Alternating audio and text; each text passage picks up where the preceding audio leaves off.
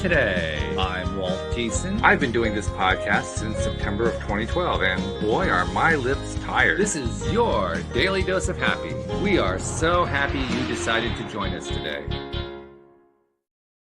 And Jody Lynn is not joining us today. She's her husband actually surprised her with a special trip. I don't even know what the details are, but they're off doing something fun. So hopefully we'll find out about that next week.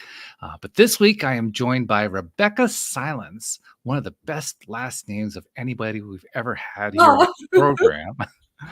And you'll find out why in a minute, because there's also a story. I mean, that's always the case, right? Everybody who comes onto the show has a story, and that's part of the reason we like having them to come on the show. But you'll find out very quickly that her last name has real significance tied into her story. And I think that's where I'm going to go first. So, Rebeccah, first of all, welcome to the program. How you doing today?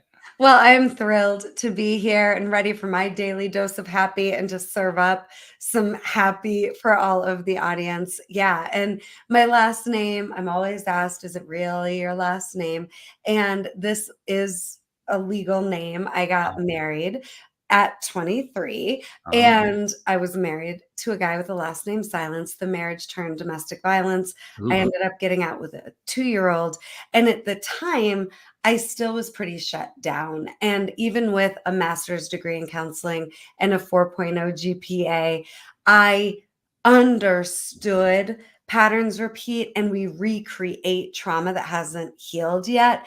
But I found myself smack dab in the middle of reliving what I thought, because I had done so much growth work already, I had healed. And the last name Silence really was transformational, because getting out of the marriage, I found my voice and became this me that my second husband, says he can't even fathom, the me that was meek and shut down and had no voice. I've had a couple lifetimes in this lifetime. So you got your voice back and then some is what you're saying. Oh, yes. I love in the intro, you're talking about, man, my lips are tired. I laugh because I talk all day, every day, and nobody's shutting me up anytime soon. Absolutely fabulous. But I totally appreciate what you're saying. In fact, I think that's a fairly common thing among people who go into psychology as a general field, whether they go into it as a therapist or a psychologist or a social worker or whatever it might be. They're often driven to go there because of their own stuff. That's what kind of motivates them to be there in the first place. And then they, like you were describing so beautifully, they learn this stuff. Okay, I'm an expert at this. And they still haven't unearthed all their own stuff. I mean, it's an amazing trend, but it happens over and over and over again. So often, and it's innocent. So nobody judge yourself. Let's give Right. ourselves forgiveness and grace. But the thing is, my work is about healing trauma and healing the emotions in an effort for people to be absolutely free. My definition of healing is freedom. So I'm here. I wrote a book, Coming Back to Life, a roadmap to heal from pain, to create the life you want, to have an empowered conversation about how to use life in all of its seasons, including trauma, to our advantage. And most traditional therapy is trying to heal emotions through the mind and giving managing and coping and mindset hacks, which isn't enough to break the pattern or to heal the root of where the pain started. And if we don't get to the root of it, all we're doing is treating symptoms and managing and coping. And then I think it's the worst kind of hell to have an understanding and then nothing's changing.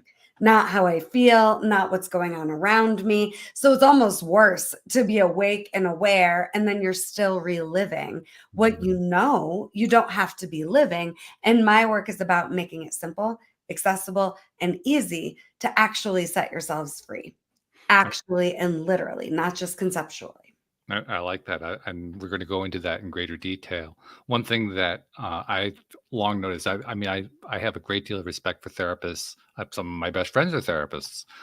There are a lot of good things that come out of therapy, but there is one pattern that does tend to play out a lot in therapy, and it depends very much on who the therapist is. But the pattern is to just keep hitting the same pain point over and over again and not get any growth out of it. It's kind of astonishing how often that happens. Well, and it's not the therapist's fault. And I am a trained therapist. I mean, I am so grateful for my clinical background as well as my coaching certifications and my coaching background. But in traditional therapy training, you're not taught how to get to the root of anything. you're taught how to facilitate helping people manage symptoms. Mm-hmm. And the training just isn't there. So I created what I call the practice of emotional healing, which I think solves for closing the gaps. I think I couldn't agree with you more. Therapy is wonderful and it's absolutely beneficial. But if you're still dissatisfied and unfulfilled and like, when are we going to get to the other side of this thing? There is actually a better way. And I call it the practice of emotional healing. Because what we're looking at is in any pain pattern, there's an experience you had and you got stuck emotionally at the age you were when the experience happened and emotions got stuck. So we've got to up level the experience you're having and heal up the stuck age and heal through and release in a healthy way the stuck emotion, and then you're free. And I know that might sound like a lot and like I'm making this sound really simple. It is this simple. It's not easy. But again, most practitioners aren't trained to actually help you heal through your survival self and the stuck age and the stuck emotion and elevate the experience you're having. Most are helping you put a band-aid on a bullet hole, for lack of a better way to say it. Yeah. You're reminding me of something. This is a phrase that I've been using a lot over the last few episodes, probably because it's from a TV series that I enjoy, the Ted Lasso Apple TV Loved series. it. Yes. Love that story. And you know the social work or a therapist, I guess she is in that particular show. She has one really great phrase that comes out of it. She says, "The truth will set you free, but first it's going to piss you off." Oh, I yeah. I mean, talk And about you really might hitting feel it. like you're dying. I Yeah. mean, I Oh say yeah. this all the time. Like, we all have a survival self, and we started the show talking about my last name.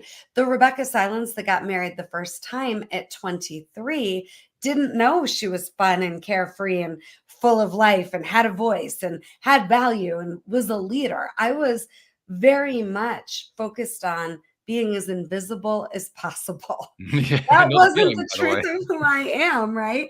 But when we start to not only identify our survival self, but heal it, it can feel like we're dying, but we're not. It's the ego. Yeah. And that is an indication, not that something's wrong, but that you're in a rebirth. Mm. There is an important distinction too, and we'll get into that in a moment. Let's talk a little bit though about how this came about. I mean, I don't think this sprouted out of the ground. I think you probably developed it. Tell us a Yeah. little bit about the development behind this. Yeah, I have been helping people heal since 2002. I was an intern as a music therapist at the State Psych Hospital in Colorado, Mm, and I was working on all of the units. So, the adolescent inpatient crisis unit, the long term adolescent unit, multiple adult units, geriatric unit, kids unit. And at 21, I just was certain the majority of these lovely individuals were not crazy. They had no ability to manage and regulate their emotions. So I mm, didn't know how I was going to do it, but I was going to become an expert in human behavior. And that was the beginning of that commitment and that dream.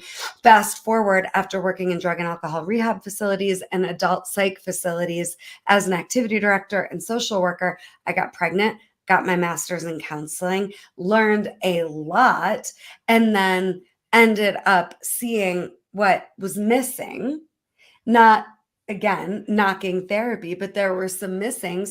And I immersed myself in working with coaches and getting coaching certifications. And then I've at this point been in private practice 16 and a half years, but it wasn't until I got diagnosed with cancer at mm. 34 while I was pregnant with my second baby in Ooh, my second marriage with a thriving business in every part of my life beyond my wildest dreams come true, that wow. I was like, okay, wait a minute. Yeah, what's Wait a going on? minute. Wait a minute. Like, what's important? And the practice of emotional healing was born as I went through cancer. And it was a lot of what I had already been teaching, but I didn't have it packaged yet. It just felt like magic before cancer. And Mhm. then I realized I was given a 5% chance to live. Really? And yeah, I somehow, some way kept the company going while I was sick, and my radio show kept airing in my community, and the community rallied around me, and I was given a 5% chance to live. And I just knew now is the time to not only practice what you teach and preach, but to really understand, what do you teach? What do you practice? Who are you? Because everybody can be their best when life is going our way. Sure. And I just had this very clear thought one day. Who are you going to be now, Rebeccah? Mm, Are you mm, going to stay the best of yourself? Are you going to keep being the truth of who you really are? And I did. And I beat cancer. And Congratulations, by the way. thank you. The Yeah, practice of emotional healing was born, and I'm here. A I love it. statistical anomaly. Yeah, it's amazing how many of these statistical anomalies are popping up these days. They're popping up all over the place, but it's a very anomalous culture, so I'm okay with that. But I do like this topic for a number of different reasons, not the least of which is you had everything going so well, and yet it was all in the process of very quickly falling apart. That happens, I think, a lot more often than we're willing to acknowledge and admit. Mhm. It happens very frequently, and it has a certain degree of shame attached to it because, well, how can I be, how can I feel this way? Everything's going my way. How could this be happening to me? That's not possible. And yet it does. Mhm. Yeah. Mhm. And I like to say, I don't think life's happening to us or for us. I think it's just happening, Mm, and then we get to decide who we're going to be. And there are moments that go our way and there are moments that don't. And none of it is about us. It's just life being life. And mm, we always have control over who am I going to be and how do I want to feel. And when I realized with cancer, this isn't another opportunity to heal my trauma. I already healed my trauma, which tells me there's nothing I can't heal. mm.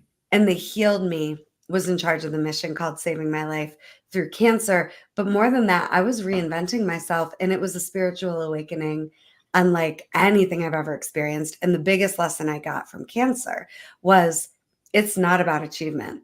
It's 100% about alignment as the success metric.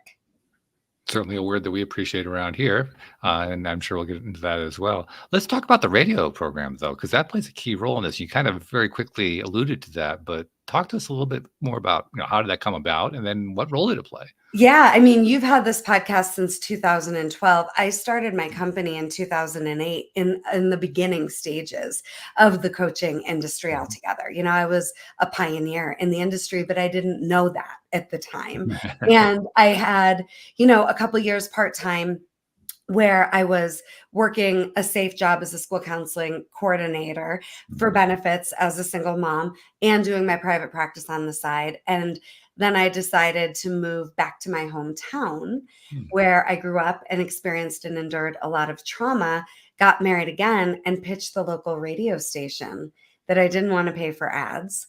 I wanted a segment where the community could email us questions and I could break it down. mm, And they went for it.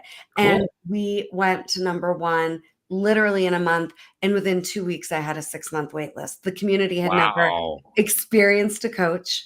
They had no idea. I brought this fresh and zesty energy and new just paradigms for growth and healing and transformation to the community. And my guidance told me, your mission is to reach as many people as possible, get on the radio, which was so funny because at the time I had zero media training and no media experience, but we took off. And to this day, I'm still on the air 14 years 14 years later. Congratulations. or more. Yeah. If you had more, well, if you said 2008, it's got to be 16 years by So now. we started the radio show the end of 2011. So it's Oh, been okay. it's been a while. Yeah. Yeah. Yeah. You've been busy. Yeah. Yeah. That's really fabulous. I also am very much appreciating your story about how you were when you were quite young and you were still dealing with stuff and you didn't have much of a voice. I appreciate that in my own life because when I was in high school, I was a wallflower. I Mm. hid. I hid like crazy. And it took me years to overcome that. So the idea of me doing a podcast for the last 12 years, if you had asked me about that when I was young, I did some college radio, but that's about as close as I ever came to it. And by college radio, I mean where you play something and then you say something for a minute and you play another thing Yeah. for half an hour. It was that kind Yeah. of a thing. Yeah. Yeah. So, but the idea of me doing a podcast where I'm talking for a half an hour at a time, yeah, right. That wasn't going to happen. But here I Mhm. am years later doing that. Yeah. Yeah. So I There's such a appreciate your story. correlation, right, between pain and purpose. There is. There really is. fact, that was one of the first things I had to learn from doing this podcast. I don't know if you know the story behind the podcast, but I started this because I was in pain. My business had crashed in 2008, and I hadn't recovered by 2012. In fact, we were in worse shape then than we were in 2008. So I was at loose ends, like trying to figure out how the heck do I solve this? Because what I've always known isn't working.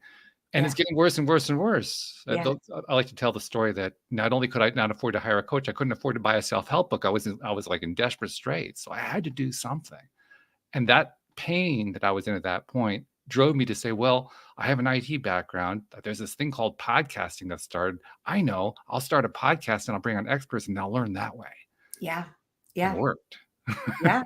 So Yeah. there's And the there's pain, bringing it something up. about following the guidance Yeah. from a place of alignment. Now, in this case, the guidance was more like a 2x4, but yes, I absolutely. get it. And I was just going to say, one of my big messages for people is please hear right now what we're talking about and know you don't need a breakdown to break through.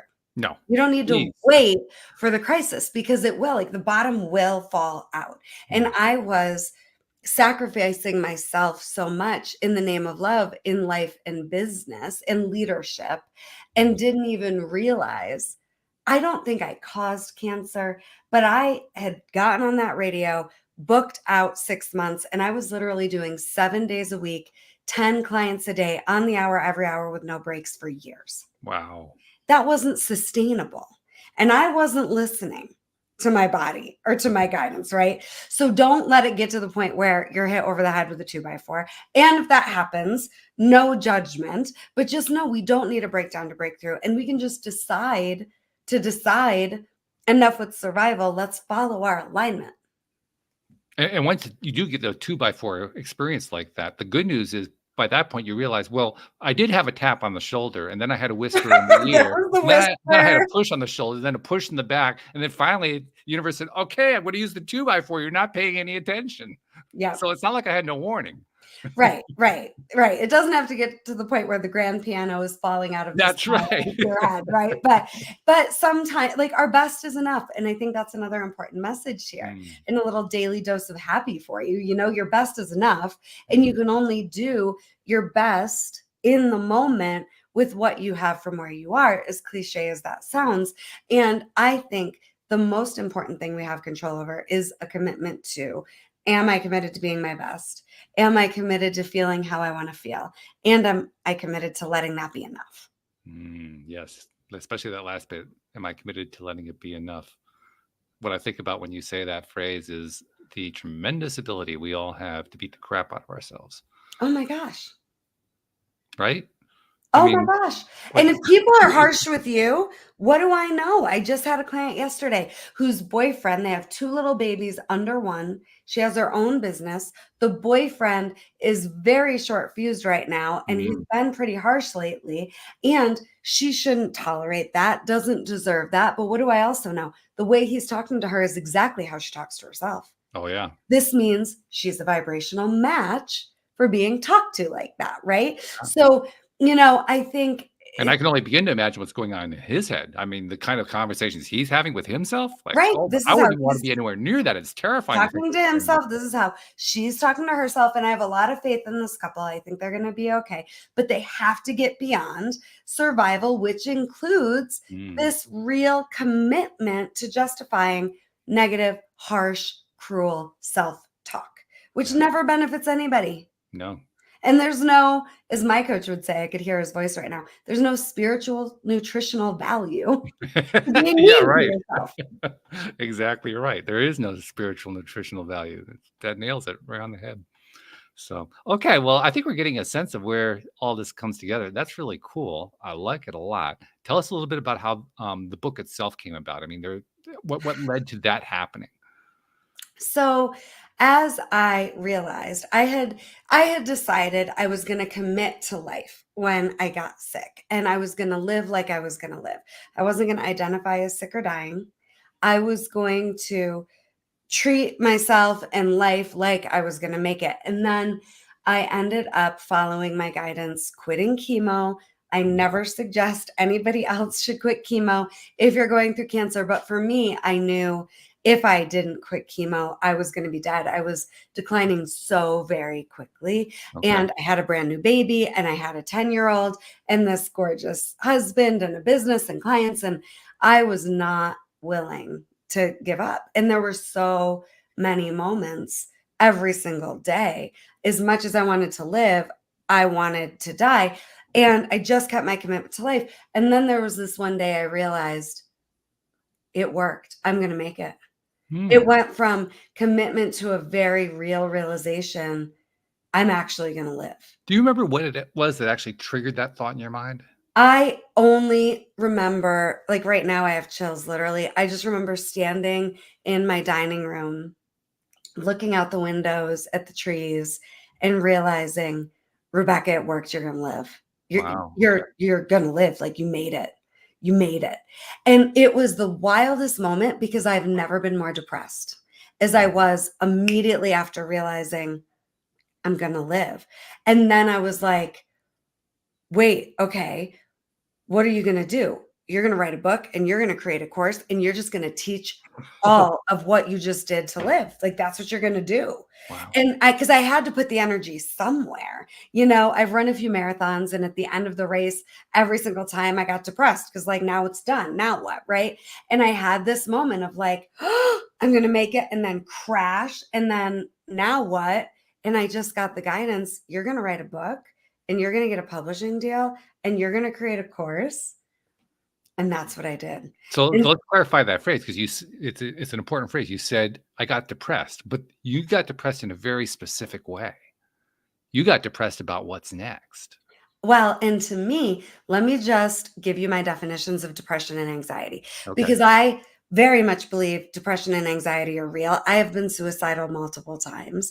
And, you know, to the point where I even thought, is how much I wanted to die for so long Mhm. part of why I ended up with cancer? I don't think so. But depression is depressing the truth of your soul and your emotions. And anxiety is rejecting the truth of your soul and your emotions. And I got depressed because I knew there was no going back to who I had been before cancer, or to any part of life going back to how it was. Mhm. And part of me knew I didn't even want to go back, Mhm. but I didn't know who I was for a second.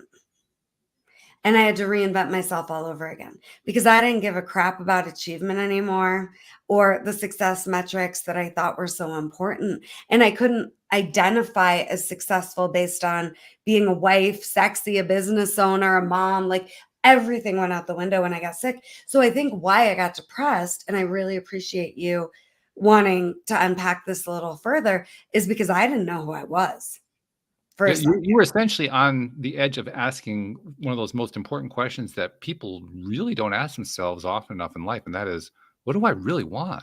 Right. And I don't think there's a more important question, and I don't think there's a harder question. That Yeah, is the number one question that stumps my clients for yeah. 16 and a half years in private practice is, what do I want? Mhm. Let me give you a couple hacks, okay? And then I'll get Sure. back to the book and the We course. love hacks, so yes. Okay, here's a couple great hacks when it comes to what do you want. If you don't know yet, what don't you want? Guess at the opposite. Yeah. Hack 2, what do you want for everybody else? Because that's what you want for you. Oh, that's cool. I like that. Yeah. It's true. We want for other people to give us permission to have it Mhm. because we don't want to admit we want anything or Well, plus need. most people I think are givers, and that's a way of kind of circumventing the question immediately while you can start giving, and then it gives you permission to kinda come in the back door and say, "Oh, by the way, I want something along the way." Yeah. And we have needs and wants, and we're humans, and we feel things, and our only job is to identify and ask for and let ourselves receive. What do I want? What do I need? How do I feel? And so in this moment of like, oh my God, I am going to live. I have never been this depressed all of a sudden. Now what? I just clear as a bell got the guidance. You're going to write a book. You're going to do a course, and you're going to actually outline the steps and the method and the process that allowed you to clear your mind so you could connect to your heart, so you could identify what it is that you're feeling, so you can connect to your body, so you can identify what you need so you can connect to your spirit. What do you want? And so I just got to work. I got to work and it was a ride. It took a couple of years to write the book. And then after I got it pretty far, I started the course. And then I ended up pitching and getting an agent and getting a publishing deal and finalizing the book at the same time. I finalized writing and producing and starring in the Emotional Survival Kit course. Wow. Do you remember when you first got that guidance? Do you remember how it felt? It was so subtle. It was so quiet. Did you have an emotional response to it? I did after I let myself think about it. Yeah, It takes a while. felt right at first and Mhm. just, okay, because I had talked to God a lot while I was Mm. sick. Like, all I had to do was talk to God. I couldn't walk.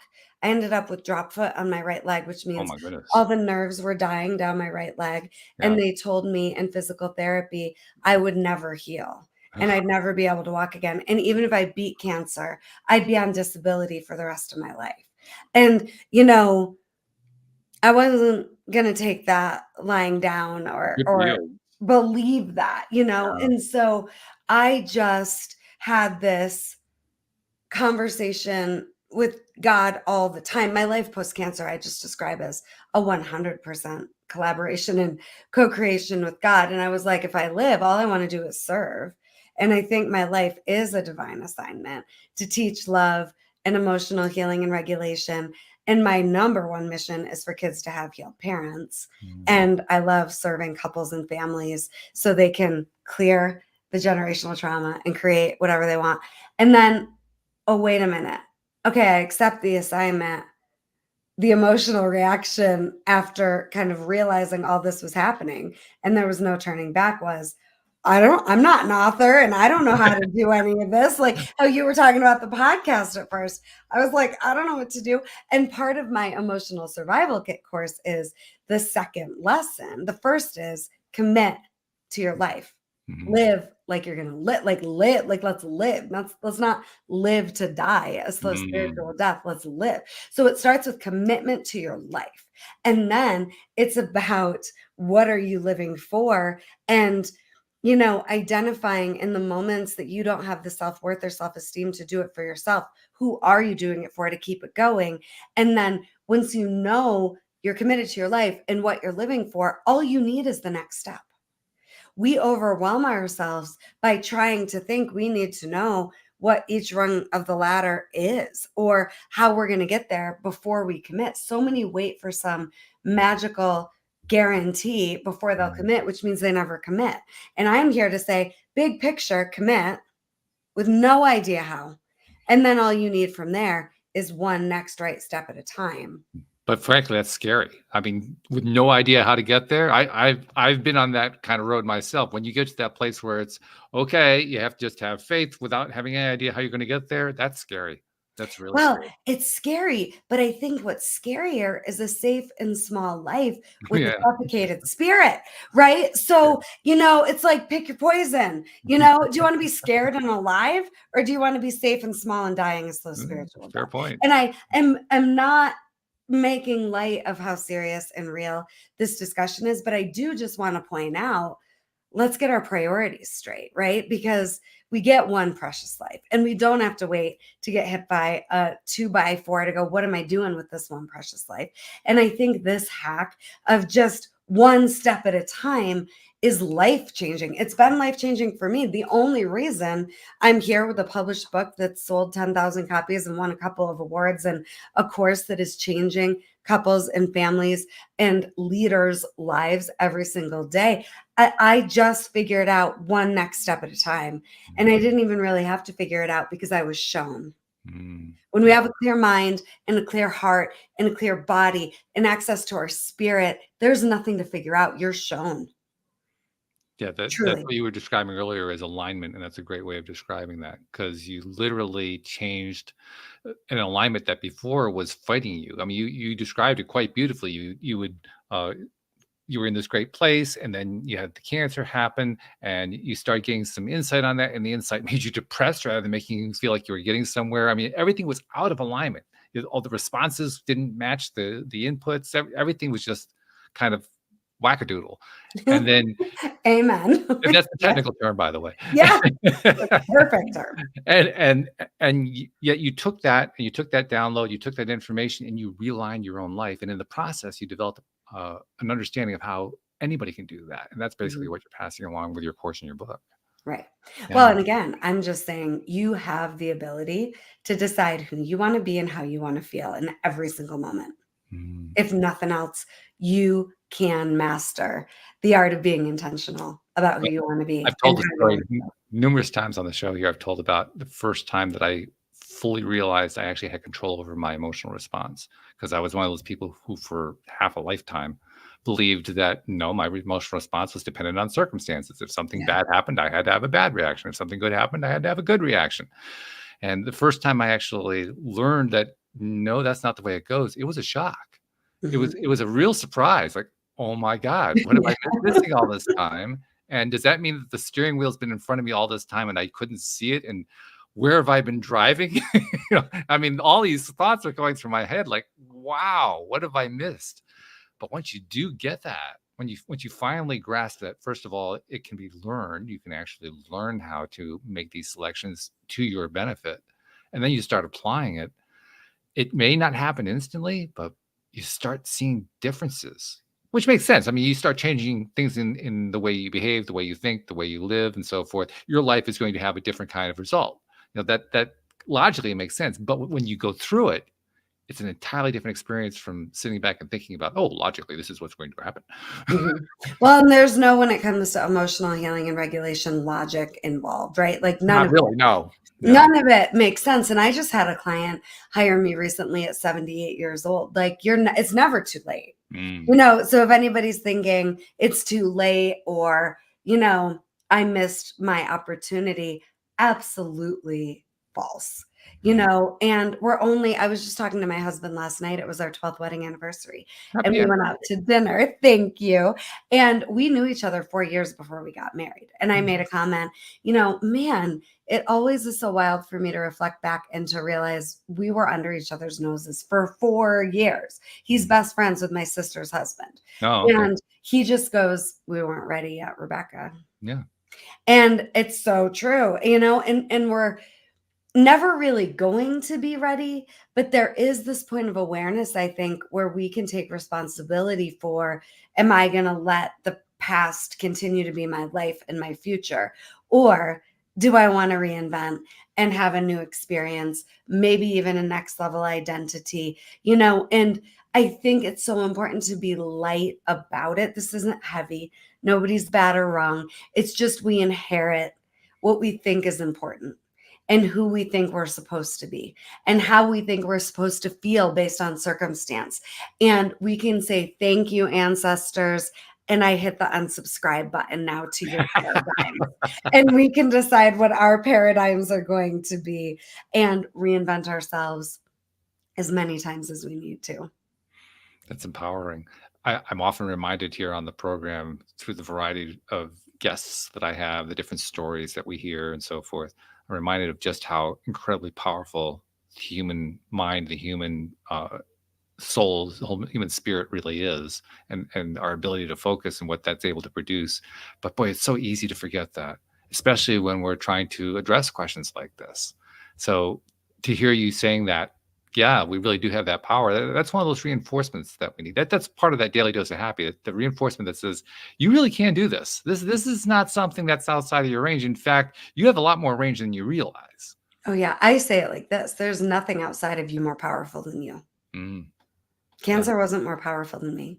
yeah, you beat it easily. Yeah. Business challenges, scaling the business, and all my fears and insecurities and uncertainties weren't more powerful than me. Mm. Nothing outside of us is more powerful than we are. Now it can take some time to learn that. I think it's a decision. You think so? I do. Because we're never going to get enough evidence to prove ourselves right, that we're more powerful than our circumstances. We have to decide that's true, Hmm. and then we'll create evidence to support that belief. So for someone who's struggling to make that decision to conclusively say to themselves, "Yep, I do believe I have that power." For someone who's struggling with that, what can you tell them? That's you're right. You don't have to believe you have that much power, and you can be at the effect of everything around you and everyone around you. Or That's scary. or you can decide the mission is healing, the cure is self-responsibility, and if I don't choose on a belief level to believe I'm more powerful than my circumstances, I will feel powerless for the rest of my life. So you don't just throw out a challenge, you basically throw the gauntlet down and hit them on the foot with it. I mean, it's like, "Here we I'm go. not We're trying ready." to be the 2 by 4. I'm just here to make sure you have all the information and then you do you, and I will love and support you no matter what. That's fair. Yeah. That's all you can You really. know? I mean, we all have free will and agency, Yeah. and God respects consent. I respect consent. I'm not trying to tell people there's a right or wrong way for them. I just know there's a right or wrong way for you. So if you're not feeling free and empowered and more powerful than the moment or the situation you find yourself in, you can remember, all right, the goal isn't to not be human, but you do have the power to decide and to decide again and to decide again.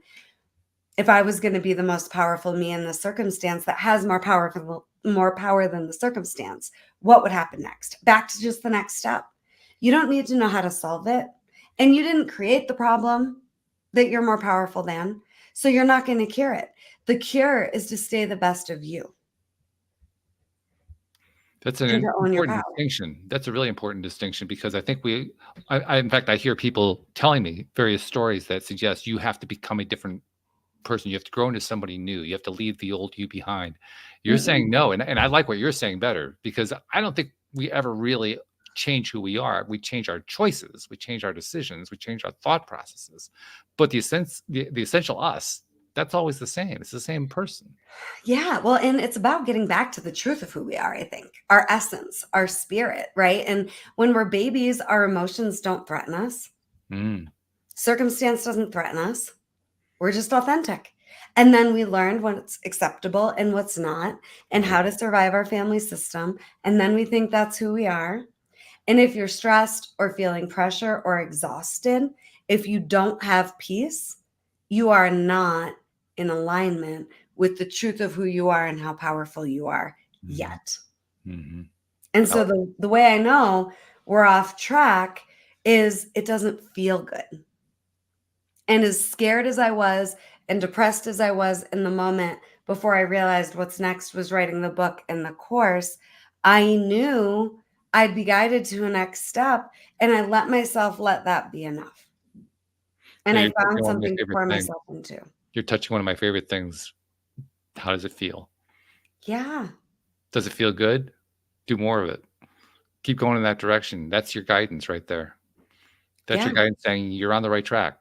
If it doesn't feel good, that means you're going in the wrong direction. Do a U-turn. yeah. Well, and I do like to say in this line of conversation, let's just call it, trust yourself. That you giving yourself permission to feel good doesn't mean all of a sudden you're going to become reckless and careless in the hot mess express. Yeah, right. I think people think if they give themselves permission to feel good, they're just going to go on some bender of some kind, whatever their poison is. And Mm, I don't think that's true at all. You care too much. no. You're In too fact, I would argue careful the opposite. already. I would say the person who goes off in the bender is actually getting away from how they feel. Amen. But I've just heard it so many times from Mm, so many people. I can't just do me. Like that's gonna potentially risk everything I've built. And I'm not willing to do that. I call it mhm. high functioning unhappiness. I like that. There's That's good. high functioning That's very good, yeah. depression, high functioning addiction. We don't talk enough about high functioning unhappiness, Mm, where I am so afraid because I don't trust myself at the deepest level yeah, to be happy that if I pursued that, I'd risk the high functioning part of my life. yeah. And I'm saying, let's threaten the crap out of your unhappiness, not the high functioning part of your life. And until we do threaten your unhappiness, your high functioning part of your life is already threatened. Now, there's also a very positive flip side, which is if we do dare to believe, if we do dare to make the shift, and if we do dare to go on that strange journey that we can't predict and we have no idea how it's going to play out and we don't even know where to begin, actually kind of some wonderful things happen where that feeling is concerned. The moment that you start on the journey, even though you have no idea where you're going, that first step feels good, Mhm. feels really good. And I think we kind of underestimate that when we're faced with the fear associated with taking those steps, making those changes. We feel like, oh, it's going to be scary all the way. Actually, it's only up until taking the first step that it's scary. After that, it gets a whole lot easier. Well, or, all right, you're human, there's fear, just take it with you. Don't let it win. We don't need there to be an absence of fear to know we're on track. Mm. You know, the most important things I've done, I was terrified and excited and terrified. And Yeah, they mixed But emotion. what's the next step, right? You Mm. know, because again, we're not here to spiritually bypass our humanity. This is true. Yeah. You know, there will be fear when you're up to things that are important to you, and especially things that you've never seen done before or that the people around you don't get. When I pitched the local radio station that we talked Mm. about earlier, everybody, including my second husband, told me, "What are you doing? I don't know if this is a good idea." Nobody thought it was a good idea. I was Wow. gonna be a private pay life coach in a community that never had a coach, very depressed area financially and economically. Wow. And I was gonna go on the radio, and nobody does that. Mm. And I had no radio experience. And people will try to protect us, What right? made you, by the way, I gotta ask you, what made you think about going on the radio? Where'd that come from? God, I don't know. I just followed the Okay. guidance. I heard it one day because I was the assistant director of a special education program for a entire school district Mm. temporarily after I moved back to New York. And you know, I'm a single mom. I needed to have benefits, and I was driving 45 minutes each way listening to this morning show, and I just kept hearing for months, "You'd be great on Wow. this show." Wow. And then I'm like, "What? What are you talking about? What are you?" You know, for months, I just kept hearing, "You'd be great. You're going to do a morning show and it's going to be great." Wow.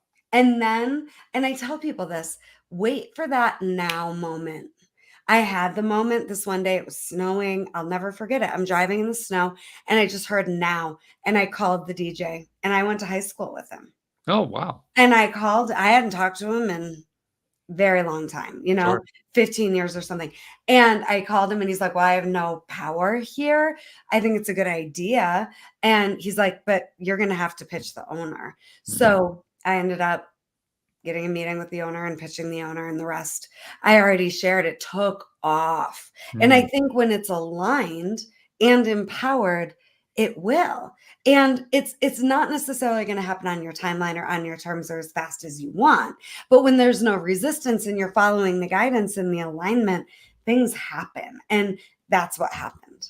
Yeah, that's one of the things that I had to learn was being okay with the fact that it's not going to go the way I hoped it was going to go. It was going to go something completely different. And what I've learned since then is when I can allow myself to just let it go, let it be that way, it actually comes out in a way that's pretty cool. I would never have dreamed of it that way. I would Yeah. never have planned. I mean, in many cases, if I'd asked myself whether or not a Hollywood screenwriter would write that screen story, the answer is absolutely not. No one would ever believe it. But it always made a cool journey that way Yeah. in a way that I never even anticipated.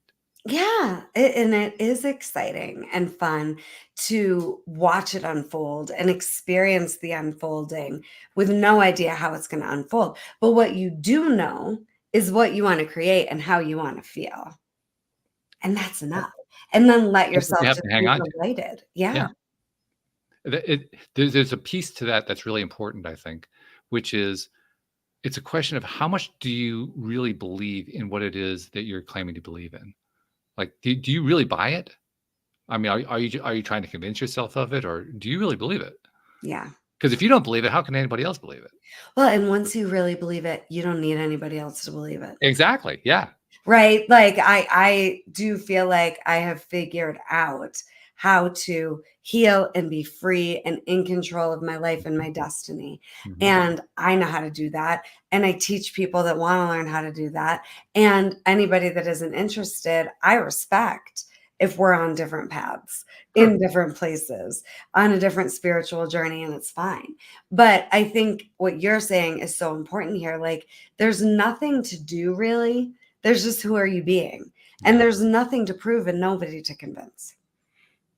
If there's anybody to convince at all, it's just you're convincing yourself. Because once you convince Right. yourself, the party's over. You're done. You can time I to wouldn't even recommend trying to convince yourself because I think I've got a lot of clinical experience. We all Okay, have an inner fair enough. rebel. So if we're trying to convince ourselves, our inner rebel is like, oh, yeah. So just, again, give yourself permission to lighten up and Mm. to let your best be enough. You don't have to convince anybody, including yourself. Yeah, maybe that's just the analytical side of me because I do have that over-analyzing piece that just likes And to if it works tear for it all you and apart. empowers you, fine, because there isn't a Well, right sometimes it way. does, sometimes it doesn't, let's be honest. Sometimes Yeah. it, I tears just me know apart. we all have an inner rebel, Walt. Yeah, that's part of getting to know yourself too. Yeah, it It is. really is. Yeah. It's getting to know who you really are and how you I got just there. think it's about finding the one thing that's worth committing to. Mm, Pick something, whether it's taking on your marriage or your health mhm, or your money or your relationship with someone, or a business that you want to create. I've helped over 150 women create businesses. What mm, do you want to create? mhm, And then who do you have to be? And then no, your only job is to follow alignment and the feeling that you want to be having. And yes. for me, I teach there's just 5 emotions: anger, fear, grief, joy, and excitement. And I Mhm, want joy and excitement to be the rule people live by. So even if it's just following your joy, following excitement, and letting that be enough. And when the darker emotions come, fine. Every storm runs out of rain. Be with the darker emotion, but follow joy and excitement and let mm. that be your life. Yeah, that point about, the negative emotions is an important one, I think, because I know for myself, I, for the longest time, was not willing to go deeply into them because I thought, "Well, God, this is gonna be like an endless thing." I was kinda shocked the first time I allowed myself to really just feel something really negative, Mhm. how quickly it dissipated. I mean, it was 30 seconds and it was gone. Like, "What? This is what I've been fretting about all this time?" But back to babies, right? They can Yeah. feel anger and fear and grief and joy and excitement in 5 seconds, Mhm. right? And yes, we can too when we get out of our head and our programming. Yeah. Yeah. That is part of the problem right there, isn't it? We do spend a lot of time in our heads, and we'd spend a lot less time than would be helpful to us if we were in our hearts. I mean, Right. it takes practice. It takes a It lot of sure practice. does. In Yep. fact, it also takes dealing with all of those twists and turns of and those curves of the journey. That's really where they come from. All those twists and turns that come along, they come along because we're still trying to get into the damn heart. Yeah, right. Because if we were in the heart, we could ride the wave much differently Yeah. versus the wave kicking our butt. Yeah. Yeah. So it just takes some doing to do that. But once you get there, then all of a sudden, and the other thing that I've learned too, I'm really curious to know what your take is on this. Um, Once I got to my heart, I found that I didn't always stay there. And that kind of freaked me out. Like, oh, wait, Mm. but I've been working so hard to get there. Why can't I stay there? It took me a while to be okay with that. But Mhm. it's kind of like the flip side of being totally in the head. Now I had to be totally in the heart, and there was not a whole lot of balance that went on for quite some Yeah. time. Yeah. I mean, my take is this, back to what we were talking about earlier. There's nothing outside of you more powerful than you. Mm, There's nothing outside of you that has the right to make you less you.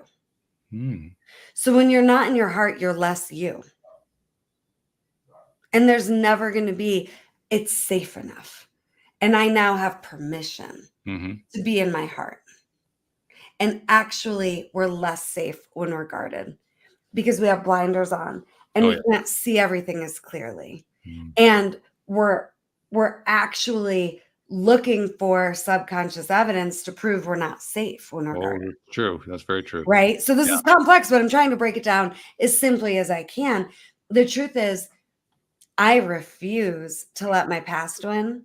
I refuse to let anything or anyone have me believe it's not okay to have the volume turned up all the way on the truth of who I am.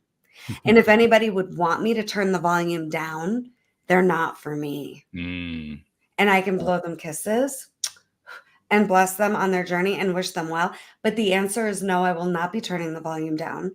And I was just talking to my 9-year-old the other day. She got in a fight with a friend and came home and she was all upset.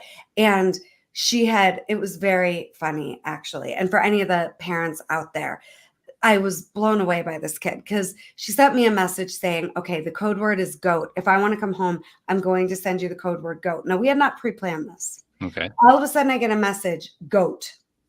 And I call her and I say, okay, what's going on? And she's like, just make up an excuse. I need to come home. So my husband calls and says, okay, you didn't feed your bearded dragon. I need you to come home. You were supposed to fear the bearded dragon before you left, right? So long story short, she comes back and I said to her, you did a great job. I am so proud of your maturity and resilience and your leadership here. But what happened? Turns out this kid is a couple of years older and she was just being mean. And my daughter didn't have the words to say, if you're going to be mean to me, I'm going home. Oh, okay. And so we talked about next time, I don't want you uncomfortable because you don't want her to be uncomfortable. If anybody's going to be uncomfortable, let it be them, not you, because you turned the volume down or doubted yourself or questioned yourself. I think the answer is always to turn the volume up even more on who we are. That reminds me of one more thing I want to talk about while we still have a little time here. Yeah. Which is what I consider to be one of the most important things in life. Who do we surround ourselves with? Who do we choose to be in our social connections? And who do we choose not to be in our social connections? And how do we handle that? Yeah. Yeah. I mean, support is so important. And it's so true. We're like the average of the 5 people we find ourselves closest to. And I think it is about, do you even know your standards? You know, we talked earlier about, do you know what you want? The answer is yes. Pick one thing, let it carry you through, right? And in terms of like our inner circle relationships, a lot of people are there because we have false loyalty. We think because of history or longevity, or they saved us in some way, somewhere along the line. Now they are just owed a seat at our table. And I heard Rachel Cargill, an activist in a seminar, say a couple of years ago, nobody just earns a seat at my table. Nobody. And I thought that is powerful. And I think, you know, the most important thing in terms of whether or not somebody deserves really direct inner circle access to you is, do they know what you're up to and support it and encourage it and empower you? And do you know what they're up to and you support it and encourage and empower it? Like it's that simple, you know? And I can have family members that aren't at inner circle level. Sure. They're maybe a couple rings out. And I can have somebody new in my life that is bumped up to closer access based on what we're up to in, you know, collaboration, co-creation, who knows, right? But I just heard Glow Atanmo on Brendan Burchard. I'm in his Mastermind Ultra. And Glow was talking about, why do we call everybody friend? Some people are friends, some are associates, some are advisors, some are mentors, some are clients, some are colleagues, some are strangers. Like, why do we call everybody a friend? And I thought, Glow, that is good stuff. Why do we call everybody a friend? And then I have so many friends. But I also think in this alignment conversation, the more aligned we are, the more attractive we are. So the more discerning we need to be. Yes. If everybody wants to hang out with you. All of a sudden, once you're like lit up like a Christmas tree and plugged into source and the truth of who you are, you're very attractive. So know your standards. What are the standards? What do you look for in a friend? You know, and who deserves to be there? But I'm a coach that always has a coach, and I'm always in a mastermind, and I'm always reading, and I'm always learning, and I'm always growing, you know, because that's really important to me. So I know who my friends are. I know who my growth partners are. I know, you know, what makes sense and what doesn't. And if there's a time when I think maybe it's time to reinvent or replace a relationship, I always give people an opportunity to grow with me first. I let them know, here's what I want, here's what I need, here's how I feel, here's what I'm up to, and give them the opportunity. And then maybe they grow with me and maybe they don't. And either way, it's okay. Yeah, that's excellent. I really do like that. You remind me of something. We can't choose our relations, but we can choose our circle. And even more importantly than our circle in the context of this conversation, we can choose who we go to for advice. We can choose our coach. Use the word coach. That's a big deal. That's a really big deal. And It's something that I think most people don't give a lot of thought to. Most people don't give any thought to, I think it's probably fair to say. And even those who have thought about getting a coach haven't really necessarily gotten enough because they haven't gotten the coach yet. They haven't actually delved into it deeply enough to figure out what they want. But it's an important question to answer. What do you look for? I mean, you're a coach, and all the best coaches, Mhm. all the best therapists, all the best psychologists, they all have their own coaches. They all have their own support staff for a Right. good reason. I mean, there's a reason why this is done. Beware of a coach without a coach. Exactly. Oh yeah. Yeah. Mhm. I would run as fast as possible in the opposite direction from that. Yes. Yeah, I mean, I look for it, but I'm very intentional, right? So, like, even in the masterminds that I've been in over the years, I see people that are thinking this mastermind is supposed to give them something Mm, versus they go in intentional, which means they're going to get their intention actualized mm, and not think it's happening to them or given to them, right? So, with coaches, I mean, I want to coach with a coach and I want people that understand what I'm up to and they're interested in that and they're ahead of me. They have experience in that.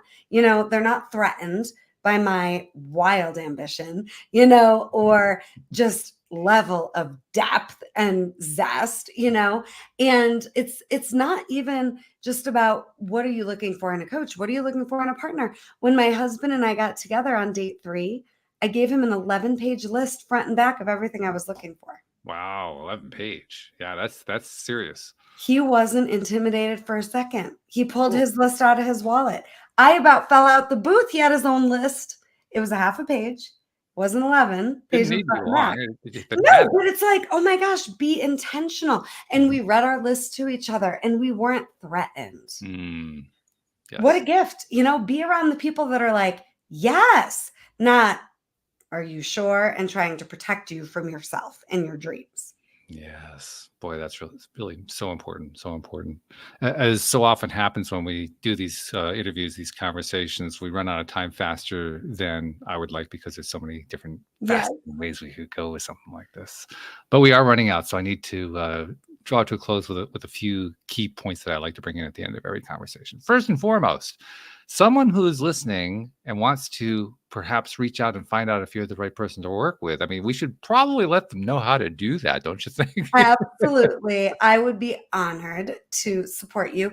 You can visit me at RebeccahSilence.com, at Rebeccah Silence on social media channels. Shoot me a DM, but right at RebeccahSilence.com, you can apply for coaching. You can contact me. And I would absolutely love if you already are feeling drawn to me and this work and this vibration, just reach out and say hi. No pressure, no obligation from there, but at least say hi, and let me know what your biggest takeaway was. Another great next step for people. I have just recently produced a brand new, totally complimentary and free masterclass, The 3 Must Know Secrets to Heal and Save Your Family. And it's really just the 3 must know secrets to set yourself free and to be fully you, no matter what. And you can also get that at RebeccahSilence.com and or purchase my book, Coming Back to Life, A Roadmap to Heal from Pain to Create the Life You Want. A great way to really take what we're talking about today and begin the process of integration and workshopping it. So thank you for automatically answering questions 2 and 3, because question 2 was about the master class and question 3 was about the book. So thank you for doing both of those. There Very, you very go. efficient of you. I love that. One final thing, though, that I need to do, and I've made this a practice for the last couple of years because I noticed a couple of years ago that this was something that we pretty much all miss. I know it's true within the podcasting industry, but it's true across the board too. We now live in the age of technology. We live in the age of the internet. And these days, it's so much about the content that you're creating, particularly if you're trying to give back, if you're trying to help other people in some way. What content are you creating? You're going onto people's podcasts, you're writing books, you're creating courses, you're going onto social media, you're posting there, you're posting to a blog. I mean, there's all these different ways that people give in order to help other people, which is wonderful. It's an excellent thing. But there's a piece of that I noticed was missing, which is we don't get credit for that. And I said, well, I can do something about that. So, Rebeccah, on behalf of those people you've never met, never seen, never will meet, never will see, who you've been helping with all this content you've been putting out there on their behalf, thank you for what you're Thank doing you. because you're making a difference in this world. Thank you. Thank you for saying that. And it's my pleasure. And it's our pleasure too to have you here and sharing all these wonderful golden nuggets of information and ideas and thoughts and beliefs and dreams. Because without the dreams, what's the point of living? Amen. Yeah. So thank you, Rebeccah, so much for joining us. Thank you to our podcast listeners everywhere. We'll see you all next time here on LOA Today. Goodbye, everybody. Thank you.